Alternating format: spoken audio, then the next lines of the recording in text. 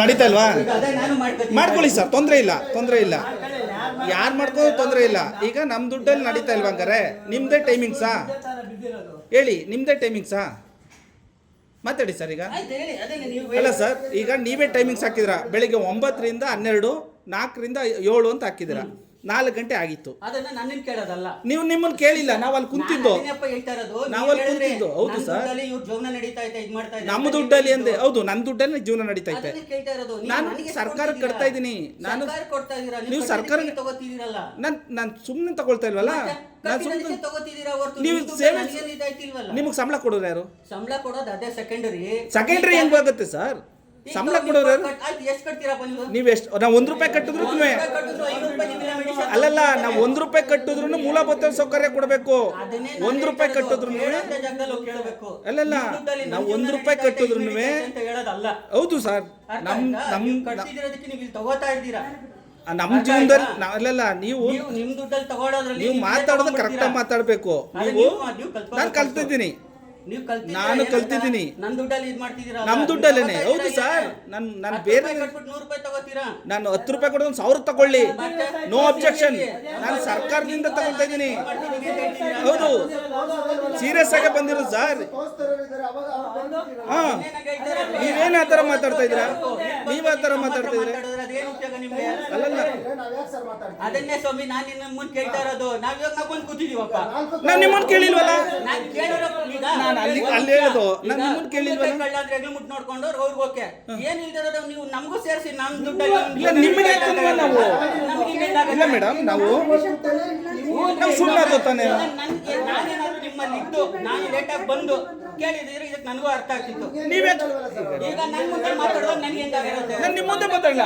ನೀವು ಮಾತಾಡಿದಾಗ ನನಗೆ ಹೆಂಗಾಗಿರ್ಬೇಕು? ಬನ್ರಿ ಇಲ್ಲಿ, ಅದ್ಯಾರು ನನಗೆ ಸಂಬಳ ಕೊಡೋರು ಅಂತಂದ್ರೆ. ಹೌದು ಸರ್, ಹೌದು ಸರ್. ಈಗ ನಾನು ನಿಮ್ಮ ಬೇರೆಯವ್ರ ತರ ಲೇಟಾಗಿ ಬಂದು ಹೇಳಿದ್ರೆ ಅದಕ್ಕೊಂದು ಅರ್ಥ ಇರ್ತಿತ್ತು. ನಾನು ಅದೇ ಗಂಟೆಗೆ ಬಂದು ಇಲ್ಲಿ ಕೂತಿದ್ದೀನಲ್ಲ. ನಾನು ನಿಮ್ಮ ಹತ್ರ ಬಂದಿದ್ನಾ? ಈಗ ನನಗೆ ಕೇಳ್ಸಕ್ಕೆ ಹೆಂಗ್ ಮಾತಾಡಿದ್ರಿ? ನಾನು ನಿಮ್ಮ ಅಲ್ಲಲ್ಲ, ನಾನು ಪಬ್ಲಿಕ್ ಪ್ಲೇಸ್ ಅಲ್ಲಿ ಮಾತಾಡ್ದು.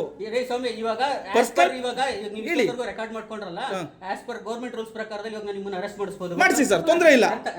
ಮಾಡಿಸಿ ಸರ್, ನಾನು ಅದನ್ನೇ ಕೇಳ್ತಾ ಇರೋದು. ಮಾಡಿಸಿ, ಅರೆಸ್ಟ್ ತಾನೆ. ಫೋನ್ ಮಾಡೇ ಕಷ್ಟ ಇರುತ್ತೆ, ಆ ತರದ್ ಇರುತ್ತೆ ಅಣ್ಣ. ಒಂದು ಫೋನ್ ದೂರ್ ಪೆಟ್ಟಿಗೆನೆ ಇಲ್ಲ ಇಲ್ಲ. ಅರೆಸ್ಟ್ ಮಾಡಿ ಅಂತ ಹೇಳಿದ್ರಲ್ಲ ಸರ್, ಅರೆಸ್ಟ್ ಮಾಡಿ ಅಂತ ಹೇಳಿದ್ರಲ್ಲ. ಅದನ್ನೇ ನಾನು ನಿಮ್ಗೆ ಅವಾಗಿಂದ ಹೇಳ್ತಾ ಇರೋದು. ಇರೋದು ಒಬ್ಬೊಬ್ರು ಡಾಕ್ಟ್ರು. ನಾವು ಡಾಕ್ಟರ್ ಕೇಳಿಲ್ಲ ಸರ್, ನಾವು ಡಾಕ್ಟರ್ ಕೇಳಿಲ್ಲ. ಯಜಮಾನ್ರು ಹೇಳ್ತಾ ಇರೋದು, ಈಗ ನಾನು ಇರೋನ್ ಒಬ್ನೇ, ನನ್ಗೆ ಲಗ್ಗೇರಿನೂ ಹಾಕಿದಾರೆ, ಟ್ರೆಸ್ಡಿಗೂ ಹೋಗ್ಬಿಟ್ಟು ಬರ್ಬೇಕು, ಎಲ್ಲಾ ಕಡೆಗೂ ಓಡ್ ಬರ್ಬೇಕು. ಅದ್ ನಿಮಗ್ ಗೊತ್ತಿರತ್ತಾ ಸರ್? ಅದು ನೀವು ಮೇಲಧಿಕಾರಿಗಳು ಕೂತ್ಕೊಳಕ್ಕಾಗತ್ತಾ? ಇಲ್ಲ ಸರ್. ಹೌದು ಸರ್, ನೀವು ಆತರ ಹೇಳಿಲ್ಲ ಸರ್. ನೀವು ಆತರ ಹೇಳಿಲ್ಲ. ಇವ್ರು ಹೇಳಿದ್ದು ನನ್ನ ದುಡ್ಡಿಂದ, ನಮ್ ದುಡ್ಡಿಂದ ಅಂದ್ರು. ನಮ್ದೇ ದುಡ್ಡು. ನಾವಿರೋದು ಒಬ್ಬೊಬ್ರೇನೆ. ಅರ್ಥ ಆಯ್ತಾ?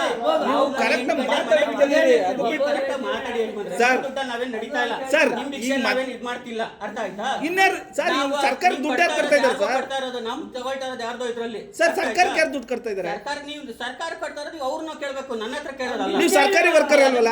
ಕೇಳಿ ಡೈರೆಕ್ಟ್. ನಾವು ನಿಮ್ಮನ್ನ ಕೇಳಿಲ್ವಲ್ಲ. ಅದನ್ನೇ ಯಜಮಾನ್ರೆ, ನನಗೆ ಕೇಳಂಗ್ ಮಾತಾಡ್ದಾಗ ನಾನು ಪಬ್ಲಿಕ್ ಪ್ಲೇಸ್ ಅಲ್ಲಿ ಮಾತಾಡ್ತಾ ಇದ್ದೀನಿ. ನಾನು ಬಂದು ನಿಮ್ಮ ಮನೆ ಹತ್ರನೋ ನಿಮ್ಮ ಕಾಂಪೌಂಡ್ ಅಲ್ಲನೋ ಕ್ಯಾಬಿನ್ ಅಲ್ಗೋ ಬಂದು ಮಾತಾಡೋದು ನೀವು ಕೇಳಿ. ಬಂದಾಗ ಇದು ನಮ್ದೇ. ಅದಂಗ್ ನಿಮ್ದಾಗ್ಬಿಡುತ್ತೆ ಸರ್? ಸಾರ್ವಜನಿಕ ಜಾಗ ಇದು. ಯಜಮಾನ್ರೆ, ಸಾರ್ವಜನಿಕ ಈಗ ನೀವು ಕೇಳಿಲ್ಲ ಅಂದ್ರಿ, ನೀವು ಅವ್ರನ್ನ ಕೇಳಿಲ್ಲ ಅಂದ್ರಿ, ಅವ್ರನ್ನ ಕೇಳಿಲ್ಲ ಅಂತ ಅಂದ್ರಿ. ಇವ್ರು ಕೇಳಕ್ ಬಂದಾಗ ಅವಾಗ ಏನಾಯ್ತು? ಎಲ್ಲಾರ್ದು ಒಂದೇ ತಾನೆ ದುಡ್ಡು, ಎಲ್ಲರದು ಅದೇ. ನಾವು ಅದನ್ನೇ ಕೇಳ್ತಾ